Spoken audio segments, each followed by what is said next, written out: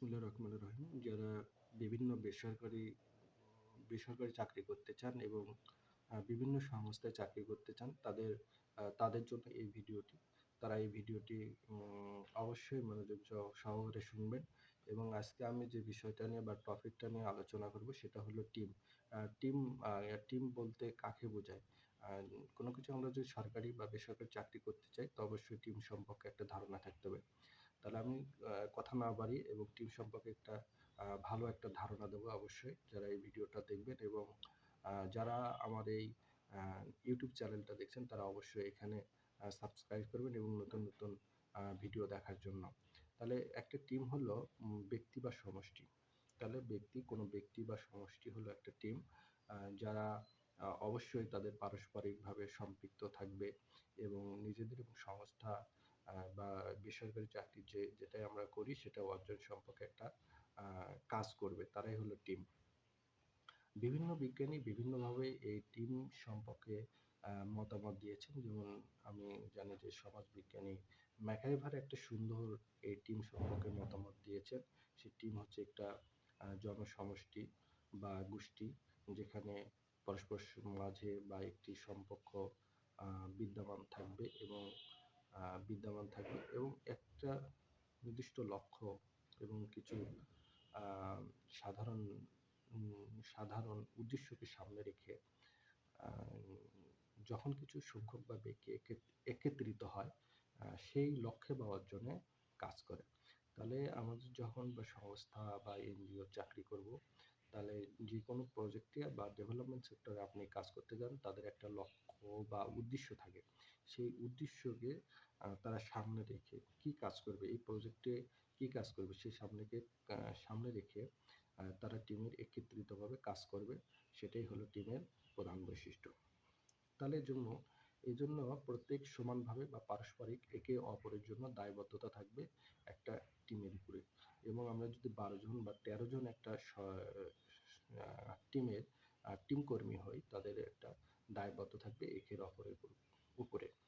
তাহলে কোনো পরিস্থিতির কারণে যখন টিমটা যখন হার্ট হার্ট মানে হৃদয়, হার্টটা যখন যদি হিট লাগে তখনই বুঝবে একটা টিমের ঠিকভাবে কাজ হচ্ছে। টিমের বৈশিষ্ট্যগুলো যদি আমি বলি, এখানে প্লাস টিমটা যখন কাজ করবে, দলটা যখন কাজ করবে তাদের যখন হার্টে লাগবে, হার্ট থেকে যখন হিট হবে, হিট মানে আঘাত লাগবে, তখন ওই টিমের সদস্যরা যখন তাদের মতামতে যেমন হট হট মানে যখন কিভাবে প্রশ্ন করবে এবং হাউ মানে কিভাবে এই কাজগুলো করবে, তখন একটা টিমের পরিপূর্ণভাবে কাজ হবে। তাহলে টিম লাগানোর পর হট বা হাউ প্রশ্ন জাগতে পারে। তাহলে হার্ট যখন সবার মাঝে হিট হয়, হিট না লাগে তখন সেটা আমরা টিম বলতে পারি না। তাহলে একটা টিমের কোন আমরা এখন আলোচনা করব যে একটা টিমের কোন বিষয়গুলো থাকতে হবে। তাহলে একটা টিমের থাকতে হবে, এখানে শেয়ারিং থাকতে হবে সবারই। 15 জন বা 16 জন আমরা সদস্য হই, প্রত্যেকে একটা শেয়ারিং থাকবে। এখানে সবাই কথা বলবে, তাদের শেয়ারিং থাকবে এবং স্যাক্রিফাইস মানে সবাই সবার জায়গা থেকে এই টিমের বা লক্ষ্য বা উদ্দেশ্য সম্পর্কে একটা স্যাক্রিফাইস মানে ত্যাগ করবে তাদের। কেয়ারিং থাকবে। এখানে কেয়ারিং বলতে সবাই সবার প্রতি একটা যত্নশীল হবে। সবাই সবার প্রতি আকর্ষণ বোধ করবে এবং এখানে কম্প্রোমাইজ করতে হবে। সবার সবার প্রতি একটা কম্প্রোমাইজ মানে স্যাক্রিফাইস করতে হবে। তাহলে টিম বিল্ডিং এর উদ্দেশ্যগুলো যদি আমরা বলি এবং আমরা ডেভেলপমেন্ট বা এনজিও চাকরি করতে গেলে অবশ্যই আমাদের টিম বিল্ডিং সম্পর্কে ভালো একটা ধারণা থাকতে হবে।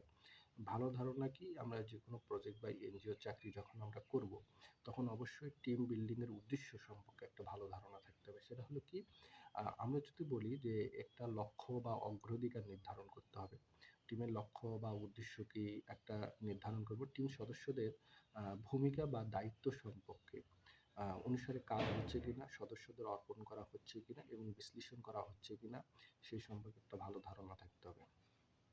তাহলে টিম কিভাবে কাজ করে তা পরীক্ষা করতে হবে। একটা টিম কিভাবে কাজ করে তা পরীক্ষা করতে হবে। এই প্রক্রিয়া একটা তাদের আদর্শ বা সিদ্ধান্ত গ্রহণ বা যোগাযোগের স্বচ্ছতা আছে কিনা সেই সম্পর্কে ভালো একটা পরিষ্কার একটা ধারণা থাকতে হবে। তাহলে টিম সদস্যদের মধ্যে সম্পর্কসমূহ পরীক্ষা করতে হবে। তাহলে যদি আমি টোটাল টিম বিল্ডিংটা একটা বিশ্লেষণ করি, তাহলে টিমের উদ্দেশ্য সম্পর্কে আমাদের সদস্যদের আমরা পরীক্ষা করতে পারি, এরা কিভাবে কাজ করবে, টিম কিভাবে কাজ করবে একটা পরীক্ষা করতে পারি। এইভাবে আমরা টিম বিল্ডিংয়ে কাজ করতে পারি। তাহলে টিমের উপাদানসমূহ যদি আমি বলি, টিমে যখন কাজ করবে তখন অবশ্যই উপাদানগুলো আমাদের ভালোভাবে একটা ধারণা থাকতে হবে। তাহলে টিমের উপাদানসমূহ কি? দলের লক্ষ্য, একটা আমাদের লক্ষ্য আছে এই প্রজেক্টে বা বেসরকারি চাকরি করতে গেলে একটা লক্ষ্য বা উদ্দেশ্য থাকে। সেই লক্ষ্য বা উদ্দেশ্য সম্পর্কে একটা পরিষ্কার ধারণা থাকতে হবে টিমের। একটা উন্নত পরিকল্পনা গ্রহণ করতে হবে। আমরা ১ মাসের পরিকল্পনা গ্রহণ করব, ২ মাসের পরিকল্পনা, ৬ মাসের এবং বার্ষিক একটা পরিকল্পনা আমরা গ্রহণ করতে পারি।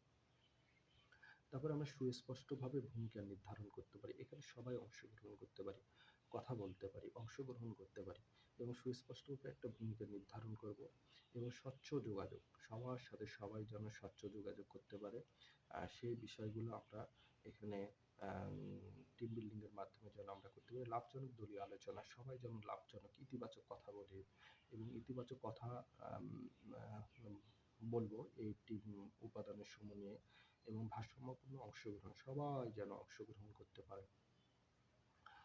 সবাই যেন অংশগ্রহণ, এই প্রজেক্টে কি কি কাজ হবে, এই বেসরকারি চাকরি কি কি কাজ করবে, এর ইমপ্লিমেন্ট কি, এর বাস্তবায়ন কিভাবে হবে, সবাই যেন সুস্পষ্টভাবে তার নিয়মকানুন ভিত্তিক তৈরি করতে হবে।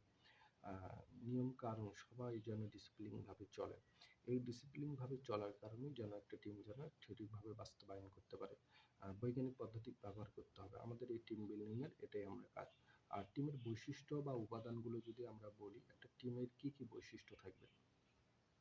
টিমের বৈশিষ্ট্য বা উপাদানগুলো যদি আমরা ভালোভাবে একটা ধারণা দেই, একটা টিম মানে টুগেদার তাদের একসঙ্গে বা একসাথে কাজ করার মন মানসিকতা থাকতে হবে।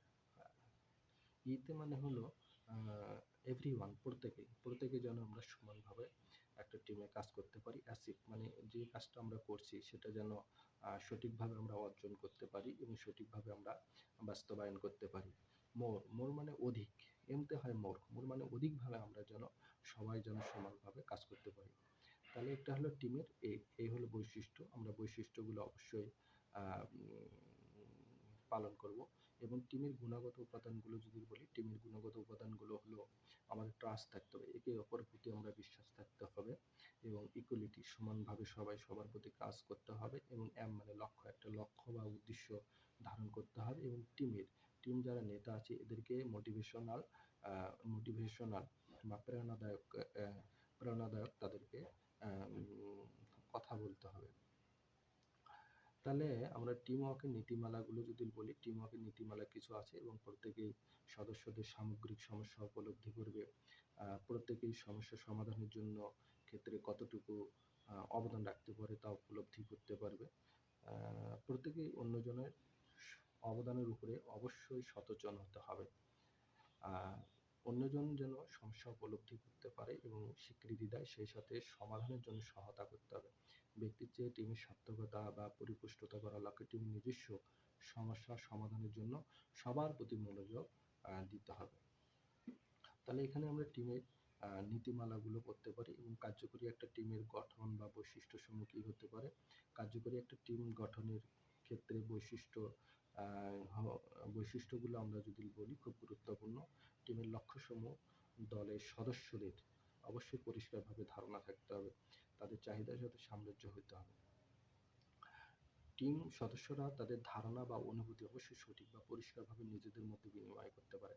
একটা প্রকল্প বা যে কোনো বেসরকারি কাজ করতে গেলে তাদের যেন সঠিক বা পরিকল্পনাভাবে এই কাজটা করতে পারে, তাদের একটা ধারণা থাকতে পারবে। এখানে নেতৃত্ব, অংশগ্রহণ বা প্রক্রিয়া অবশ্যই দলের সদস্যদের অন্তর্ভুক্ত করতে হবে। পরিস্থিতি বা চাহিদার সাথে খাপ খাওয়ানোর জন্য সিদ্ধান্ত গ্রহণ বা নীতিমালা প্রেরণ করতে হবে। দলের ক্ষমতা প্রভাব হবে সমান। প্রত্যেকের সমস্যা যেন সমানভাবে করবে, সেটা ভিত্তিক দক্ষতা বা কর্মক্ষমতা, তথ্যবহুলতা বা নেতৃত্বের উপরে নির্ভর হবে না। তাহলে একটা দক্ষতা হবে, সেটা ভিত্তি বা দক্ষতা বা সমর্থন যেন দলের উপরে নির্ভর হয়। দলে যারা বিপরীত মতামত ধারণ পোষণ করে তাদেরকে উৎসাহিত করতে হবে বা ইতিবাচক কথা বলতে হবে। তবে পরিশেষে আমি যে কথাটা বলব সেটা হলো টিম হলো একটি পরিবেশ তৈরি করবে এবং টিম সবার এবং সদস্যদের মাধ্যমে একটা পরিবেশ তৈরি করবে এবং সেখানে কর্মীগণ কাজ করবে, স্বাচ্ছন্দ্য অনুভব করবে এবং সরাসরি মুক্ত মনের কথা বলবে এবং ঝুঁকি নেওয়ার মানসিকতা তাদের গড়ে উঠবে। এটাই হলো টিমের বৈশিষ্ট্য। ধন্যবাদ সবাইকে।